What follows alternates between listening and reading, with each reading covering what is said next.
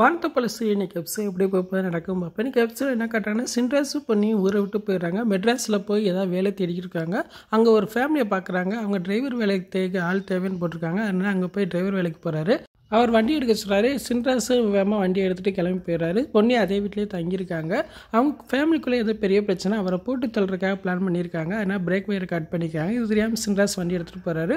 வண்டி போகிற வழியில் பிரேக் பிடிக்கலன்னு சின்ராஸ் தெரிய வருது. அவர் சொல்கிறாரு, வண்டியில் பிரேக் பிடிக்கல சார் அப்படின்னு சொல்கிறாங்க. உடனே அவர் என்னையா சொல்கிறா அப்படின்னு கேட்டு பயந்துக்கிட்டு இருக்காங்க. கடைசியில் ஒரு வண்டியில் இடிக்கிற மாதிரி காட்டுறாங்க. நிச்சயமாக ஆக்சிடென்ட் ஆகிருக்காது. இப்போ எப்படியா சின்ராஸ் அவரை காப்பாற்றிருப்பாருன்னு நினைக்கிறேன். அங்கிட்டு பார்த்தா பொன்னியோட தாலி கட்டாயிருது. உடனே பொண்ணு நினைக்கிறாங்க, முறையாக மாம்ஸ் வண்டியை ஓட்டிகிட்டு போகிறாரு.